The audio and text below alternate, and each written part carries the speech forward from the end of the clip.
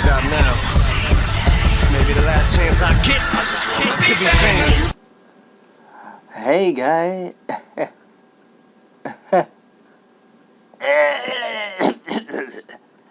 Hey guys, and welcome back to Katawa Shoujo.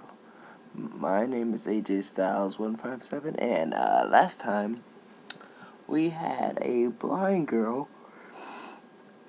No yawn. Thank goodness we had a blind girl take us to the library. Yep, because you're that dumb, I guess. But now we are looking to the library. And yeah, let's get in it. My first impression was right. The library is surprisingly big. Ambling down the narrow aisles, I studied the spines of the books in random order, occasionally sliding one out to read the blurb, taking it with me if it looks good. In a few moments, I have a respectable stack of books in my arms. I guess I'll never be stuck for a choice in here. The normality of the library sinks in.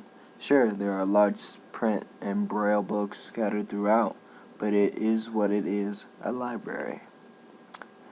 It's as if the calm mood from the room I had tea with Lily in snuck with us in here, unless it was here to begin with.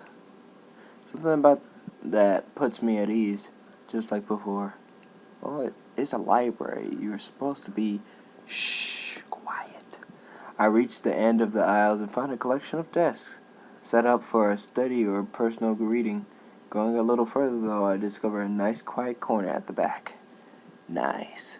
While the rest of the library has the odd student sitting at a desk either reading or stealthily sleeping, the back is pretty much deserted. As I glance around, I see someone who I recognize sitting on one of the several beanbags. Oh, it's her! From the classroom, who just sneaks out every time. That's the dark-haired girl from my class, the one who snuck out of the classroom earlier, see? She's reading a book, keeping it close to her face, which makes her look like she's really into it. From the way she was acting today, I had her pegged as more of a delinquent than a bookworm. In fact, her mysterious disappearance from the class raises all sorts of whys in my head. Intrigue floats slowly but surely towards the surface. Before I know it, I'm walking towards the mysterious long-haired girl. I guess there's no harm in introducing myself as I would with anyone else. She's a classmate after all. Walking over to another beanbag, I take a seat and lay my books beside it. The girl starts, looking scaredly up at me from underneath her fringe. You're scaring her!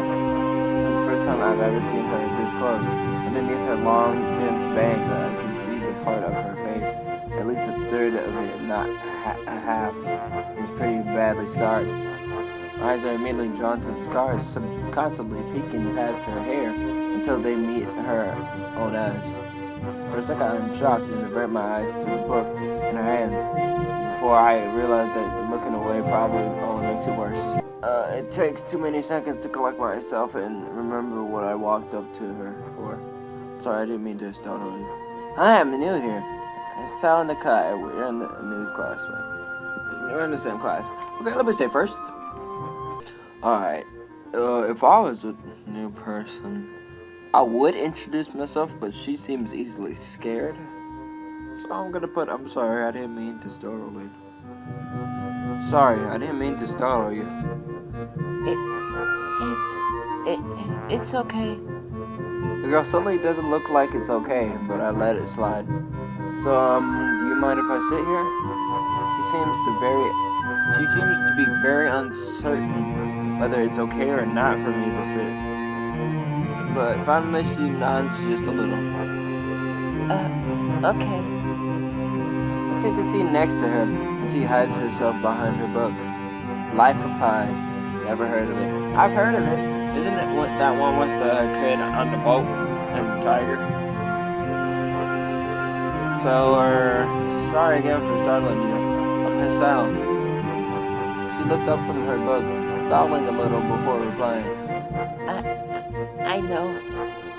We are in the same class. Her speech is stilted and so quiet that it is barely audible even in the still library. Somehow I think that my delinquent impression of her was wrong. Hanako. I'm Hanako. ...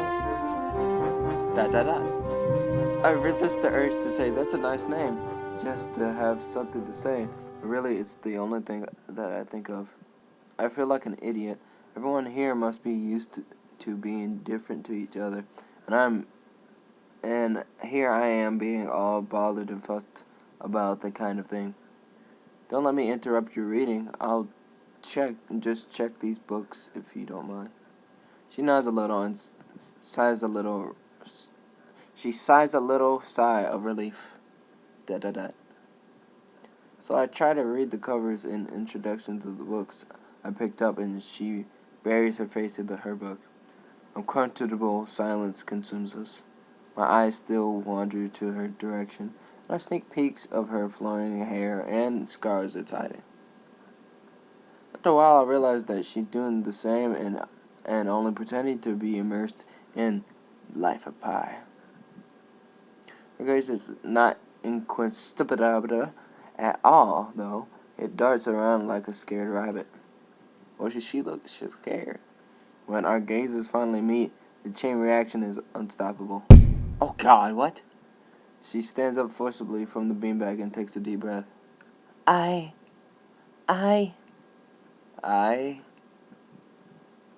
forgot to do something. Without warning, Hanako takes off and runs towards the counter. Her hair-like takeoff catches me so off guard that I don't manage to go after her until she has a good head start. By the time I reach the counter, she is nowhere to be found. There she is, a rabbit. Jesus Christ. She's like, eh. Lily and Yuko are happily chatting away. Knowing that I won't be able to catch Hanako myself, I approach the girls.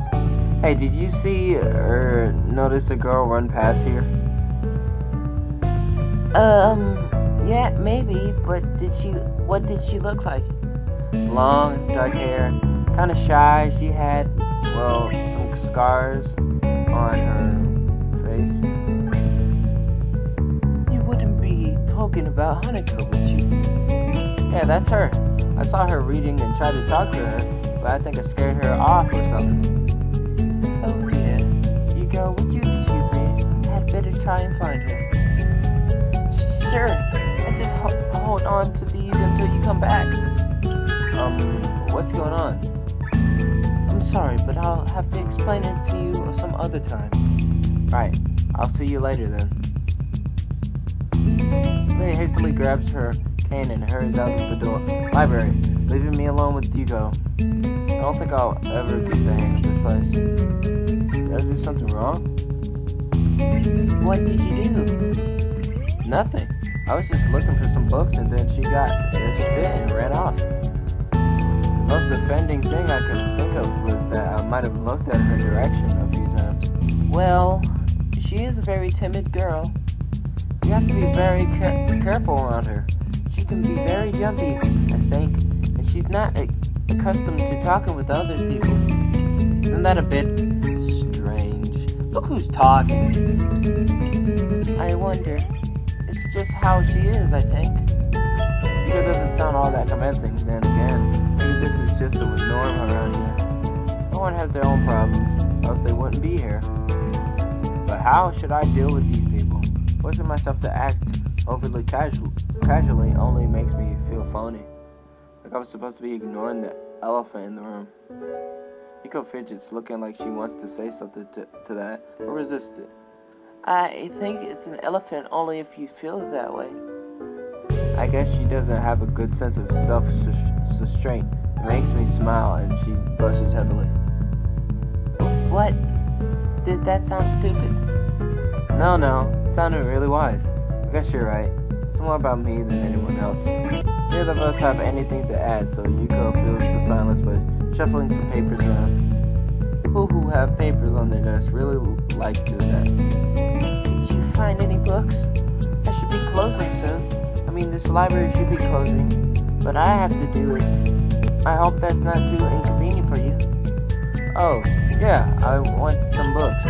I left them over there because I'll just go get them. Fetched my stack of books from beside the beanbags where Hanako and I were sitting and returned to the counter. Wow, you read a lot, don't you? I surprised myself with that too, honestly at least, when I really think about it. I had a lot of free time earlier this year, so I just kind of started reading books to fill that time. Couldn't do much else. I see. But she doesn't say anything else, and just checks out my books for me. I guess this is what they call tact. Holding the library books with one arm, I trawl my pockets for the key to the door. A sudden sound behind me startled me, making me nearly drop the books I'm carrying, or the key that I almost managed to get into the lock. Who is it? No! I hate him! I like his name, but dang it! I turn around to see who is talking to me. It's Kenji. He seems to be in a friendly mood, although the light glinting off his glasses in the dark gives me a sinister look. It's just me. This makes him pause and lick his lips nervously.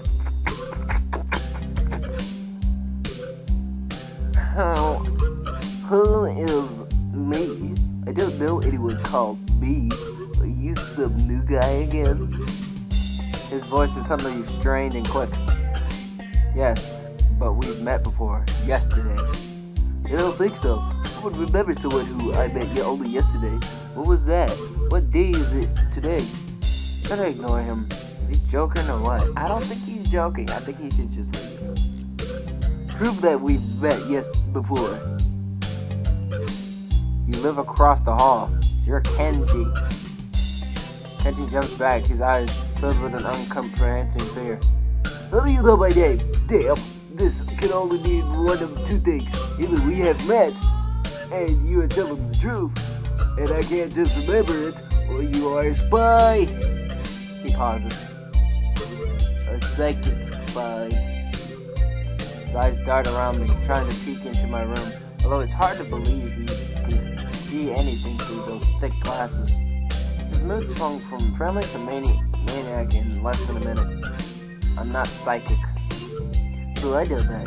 I'm not a mind reader. Kenji points a finger in my face damningly. Oh, like you? Stop that, man. We met yesterday. What's wrong with you? I live in this room. Lies. If you think you can pass as Giselle because I'm legally blind, you are sorely mistaken. You don't even look like him. I mean, your resemblance is real slim, but maybe a distance. But who do you think you're kidding? I want to grab him by the shoulders and shake him exasperatedly with the world. I rub my eyes and let out a heavy sigh. Stay there. Kenji comes closer, one careful step at a time. I stay still, lest he assault me physically, although I doubt he could do much damage if he did. Oh wait, I see it now. Damn, it really is you. Sighing again, and then once again for good measure. I step backwards just in case. What's up, man? You don't look too good, I think. Something wrong? I don't know. Just had something stupid happen to me. A few stupid things, actually. Even if you discount this one. I can't get a proper touch on the other people here. And I have no idea if it's because of me or because of them. I don't know why I'm telling this to Kenji. It's not like we've had any contact either. That's rough, dude. Yeah, I'm sorry about calling you a psychic spy and all, but you can never be too careful. It's the hard reality we live in. I'm slowly starting to think that Kenji isn't necessarily living in the same reality as the rest of us, and I think he needs to clean his navel because it's really congested. You see, this is how it is. This world, there's no justice. You see, even when I lose, I win because I don't lose the lesson. What does that even mean? It doesn't matter. Dismisses it flatly with a wave of his hand. So what happened? Why the long face? Do you have a long face? It's nothing. I just scared some girl off accidentally. Really, too. She actually ran away from me. It was my fault, really, I think. I'm not really used to all this yet. A girl? A cute one? Cute? That's a hard question. She had a nice body and really beautiful hair, but the face? Really? Man, I'm gonna smack you in the face. She was pretty. I guess it could go either way. She was cute. Let me say first though. Alright. She was cute. I think so. Yeah, cute I guess. How you doing? There are a lot of cute girls here. Let's try to disappear. Words about. I believe this is one of the dark secrets of this school. I tried to warn you, man, but did you listen? I don't remember any such warning. Yawning. Dark secrets. Yes, dark secrets. Extremely dark. Like a black hole. Have you noticed that the number of girls in this school is slightly but significantly higher than the number of boys? It's like 60 to 40. Turns his head to the left and stares off into the distance at nothing. What is it like? Why is it like this? I mean, to be untrained, but oh my god. I mean, to the untrained eye, it doesn't appear to be that bad. But that is a full 20%. I would think that a school with such a huge pool of women would be a man's dream. But no. I think I'm messing up my navel. Ugh. What I am about to tell you could blow your mind. Are you ready? I don't want to listen. I don't know where this is going, but I think I won't be missing much by cutting out now. No, I am not ready. I only get as far as turning the doorknob before Kenji starts talking again, showing that he doesn't really care if my mind is blown or not. I believe that this school is a battleground, a site of feminist infiltration.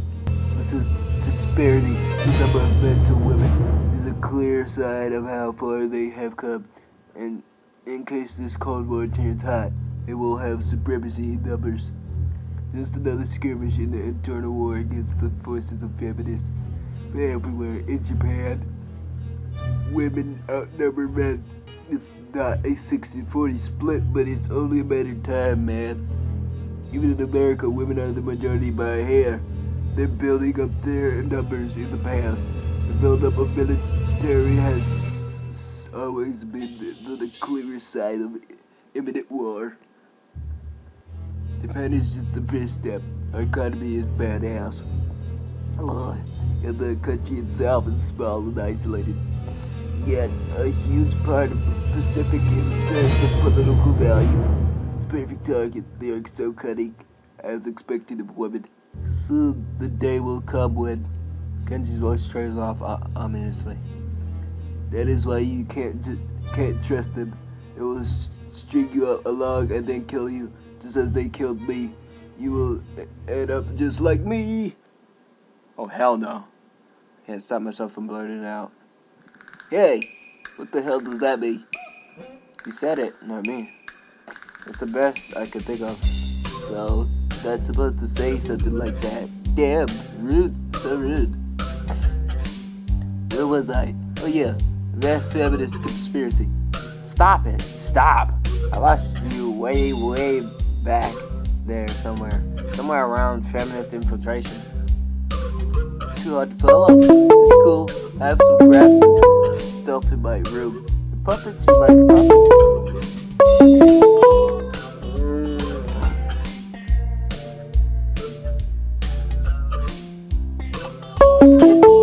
Okay, I will be back for a second.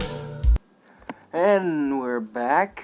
Sorry about that, guys. I had some, problems. But now that it's over, no puppets. Don't like puppets? Okay, crafts are still cool though, right? He speaks energetically, responding almost before I'm done talking, moving his hands in an animated way as he continues to rant on. This is too strange. I I had been pegged as a relatively normal, but it's clear that I was wrong. Something on your mind, dude? Just thinking about what it's like to be the last sane man in the insane world. Kenji frowns, looking deeply upset. You mean that's you? That can't be, because I'm the last sane man in an insane world. This is my dream. You can't just steal a man's dream. What the hell? There can't be two last sane men. It would be invalid, the whole last part. That part is kind of important. There can only be one. There can only be one Prince of Darkness. Like in the foreign film movie, where there could only be one, and then in the end there's only one dude left, because that was the point. I've never seen anyone talk so heatedly and so defensively about absolutely nothing before. Anyway, if you wait here, I can get my graphs. I also have a list of the other dark and complex conspiracies that this school holds, as tangled as. Quick, finish my analogy for me. Be a pal. I'm going to go to bed now. It's extremely late. It doesn't sound like an analogy, but whatever. I like you. You seem like a cool dude. Well, most people don't understand what I'm talking about when I try to explain the last feminist conspiracy to them. That Lyle is a terrible thing. Later. The Goblin changes his voice. He claps me on the back and then vanishes into his room so quietly, it's like he didn't even open the door, but instead walked right through it like a ghost. I don't know if I can fully digest what just happened, so I give up and just go to my room, kicking off my shoes before falling face first into my bed. It takes me some time to relax and get up so I can get started on homework. It's because the sheets are cool and comforting against my cheeks, and it feels good just lying there with my eyes closed. The school is like some kind of bizarre and surreal island. It's isolated on top of a mountain, and each person is stranger than the last. I just can't seem to fit in. The irony, one would think that fitting in a place that's made for people who are unfit for anywhere else would be easy. Maybe I'm trying too hard. You are. Although I say that, it doesn't help take the edge off, and the words are left echoing off empty walls. They are. I guess it's not as bad as I expected, though.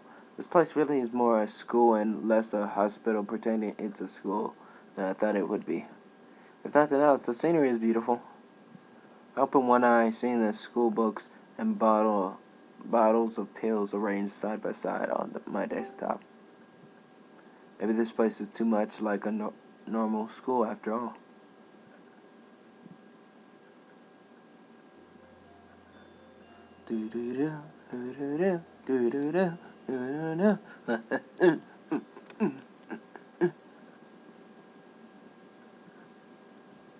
I feel very tired this morning, probably because yesterday itself was a very tiring day.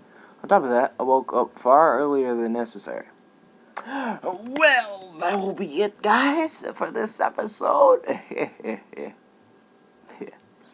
I think we're finally getting somewhere. Finally had some more choices than usual, and I think this game has like multiple endings, so like I'm not sure. So yeah, I would like to I would like to stop yawning, but I would also like to thank y'all for watching. Leave a like if you liked it, of course. Leave a comment if you believe Kenji is a weirdo, like always. And subscribe to see more of my content. And I will see you guys in the next one. Bye bye.